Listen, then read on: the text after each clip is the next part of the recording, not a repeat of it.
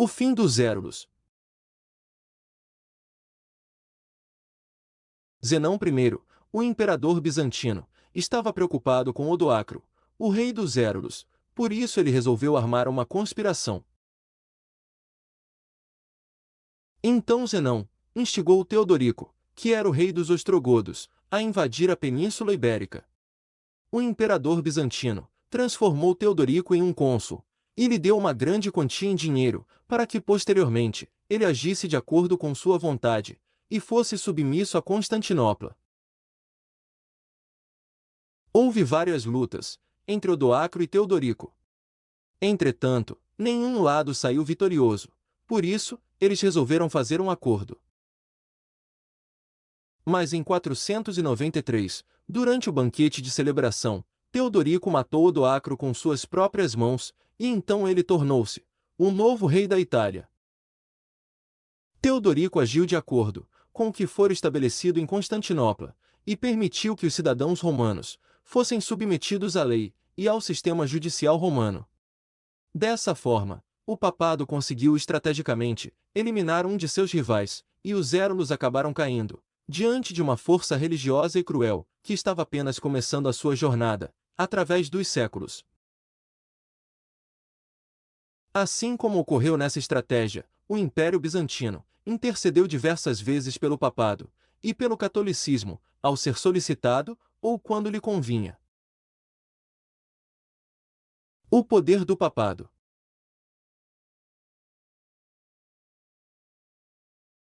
Gelásio I foi papa entre os anos de 492 e 496.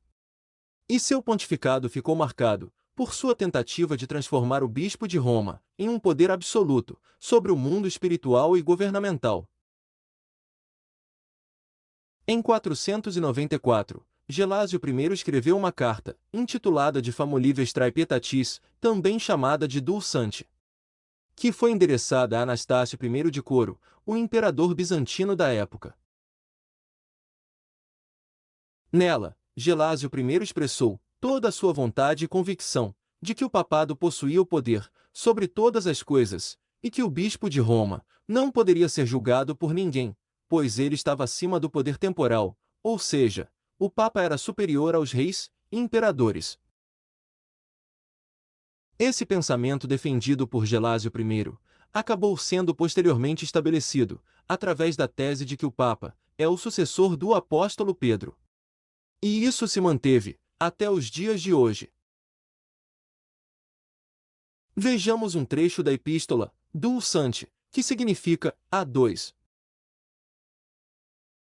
Há dois poderes de Augusto, através dos quais se governa o mundo: a autoridade sagrada dos pontífices e o poder real.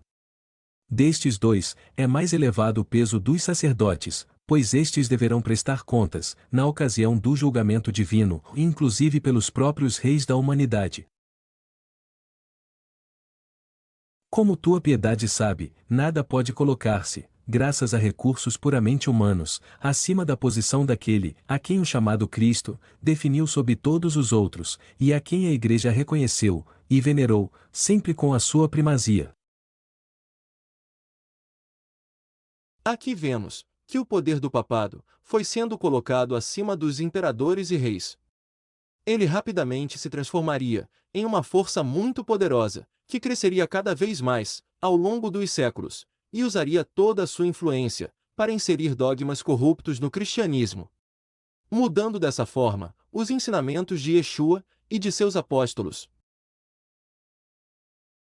Devemos compreender que para concretizar todos os seus desejos e estabelecer leis, o papado necessitava de grande autoridade, não apenas sobre a Igreja, mas também sobre a política, para ficar acima dos reis e imperadores. E era isso o que o pontífice romano mais ansiava.